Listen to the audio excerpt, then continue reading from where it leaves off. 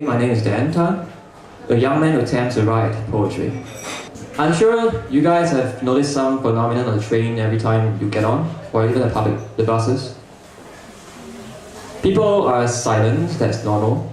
But sometimes you get people who don't give up seats, people who just look at you, don't even look at you, or look at you in a funny sort of nonchalant way, and some youngsters, a lot of youngsters nowadays, they choose to befriend the iPhone, they befriend wires, beavers hanging from their ears instead of talking to people. I think my idealistic state of, an epitome would be when we can get on the train and people start shaking hands all around, or just talk about anything. The woman beside you carrying a trolley just says, "I'm going to the market right now." And the baby in front of you is crying, but not only is the mother trying to pacify him, but also the young lady beside him is offering him sweets. That's my kind of epitome. Let me start off with a very simple story. My friend who is also a poet, he told me this story. Once, he went out with a girl for dinner, and they were sitting in, I think, a restaurant, and they ordered food as usual, and the girl brought with her a very frustrating item, the laptop. And when my friend was talking to her, she was just looking at the laptop all the while and just typing and then answering him with 1 or 2 words. And then at the end of the 3-hour dinner, he was absolutely pissed off. He told me that in future, this will be the first girl he ditches, if he ever finds her out. So this really turns back my story of the everyday scenes I see on the buses and trains.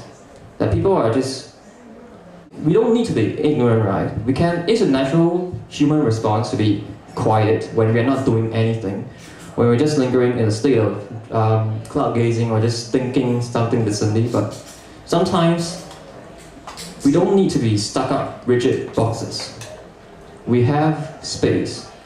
We don't need to promote a sense of self to everyone, go out and be a bombastic person, but somehow be natural in that space. And humans are there for you to socialize. I'm talking out against, or rather for the youngsters who, again, make iPhones their friends. My God, I'm just so pissed. Maybe my idea is, just leave it with you guys that if you own phones, make them just handy pocket travelers. Check time, send messages, but sometimes make it a courtesy to converse with words and meet people face to face. Like I'm meeting Davidson face to face, I'm meeting you guys face to face. There is no eye contact, I don't shut my eyes. So this is kind of ideal state of paradise I'm imagining. But unfortunately, technology has arrested the young people, even the old people, too much. My mother, when she was in her younger days in the kampong, no one owned a phone except for a few rich people. They just bus over to the next door to watch television or use the phone. And so the kampong spirit was extremely powerful. It was like everybody linked up by invisible threads of conversation. Anytime the door would be kept open except at night, I think, people and hens and chickens and dogs and cats just run out like old friends. So those are gone with the days. Right here, I just read to you a few poems, and hopefully I hope I can affect some of you guys to, maybe not any of you, because you are enlightened enough to come here, embracing change or just looking for a new perspective. I'm just saying that to those people whom this video is going to be presented to, if there is going to be YouTube, if they see this, I hope they're going to think that, okay, the iPhone is not my only friend. It's just a dumb thing. Dumber than a dictionary was a dumb teacher as well, but at least it teaches you something. This poem is called Like Earth Hour. If only, like Earth Hour, the internet would black out for an hour. Lose its worldwide power to the old ways of verbalizing thought by mouth and lips. Vowels and syllables on your tongue-tipped eyes glaze over a bounce-back message on your iPhone screen. Imagine a trainload of passengers wielding dumb smartphones. Heads bowed, women's hair falling like zombies. Desperate, would one of these actors stand and lament the impotence of cyberspace? The force that kept young faces glued to virtual mazes and lost an old touch of verbal humanity? I've heard the young ones lost the crisp speech of the old, with slow monotones become fixated hours of the screen like some creatures possess their souls for years. Yes, we are slightly in Earth hour right now because the lights are dimmed. I'll go quickly through the poems, but hopefully you have the time to register what I'm saying, because I know pictures, imagery take some time to sink in. The second poem.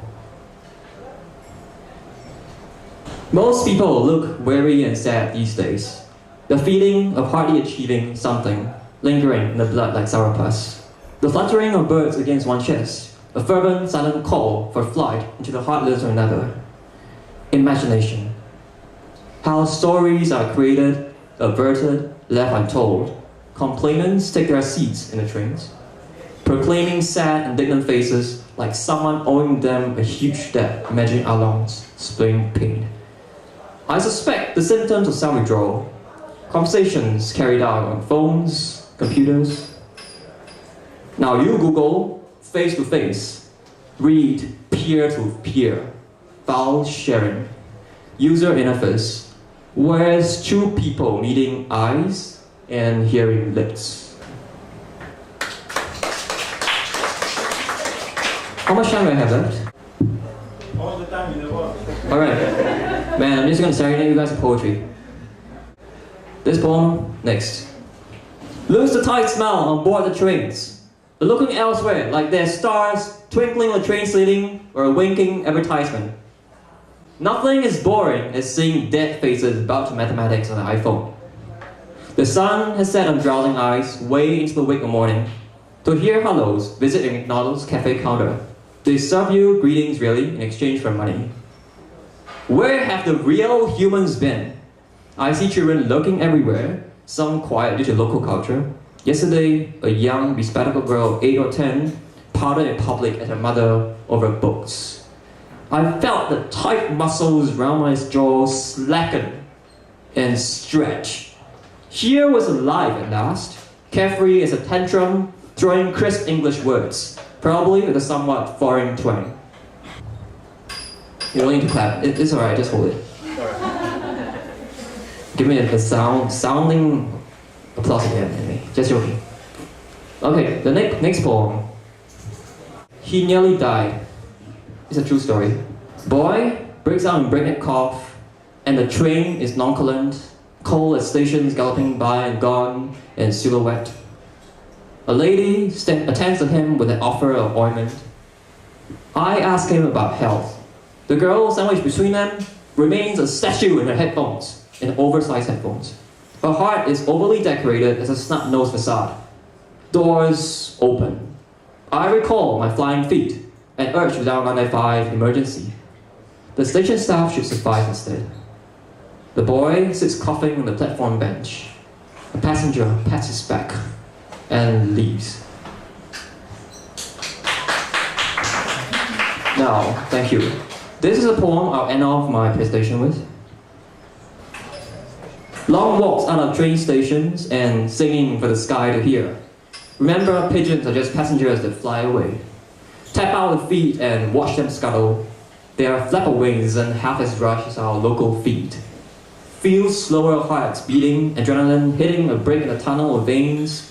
Realize the evening's a fading scene if you don't treasure slower feet and roving eyes. Headphones off and fly! Okay, of course, I hope I left some tidbit with you guys tonight, that it isn't a crime or sin to watch and enjoy the evening scenes. And of course, not like people along the way, not like dumb bulls, but just natural smells.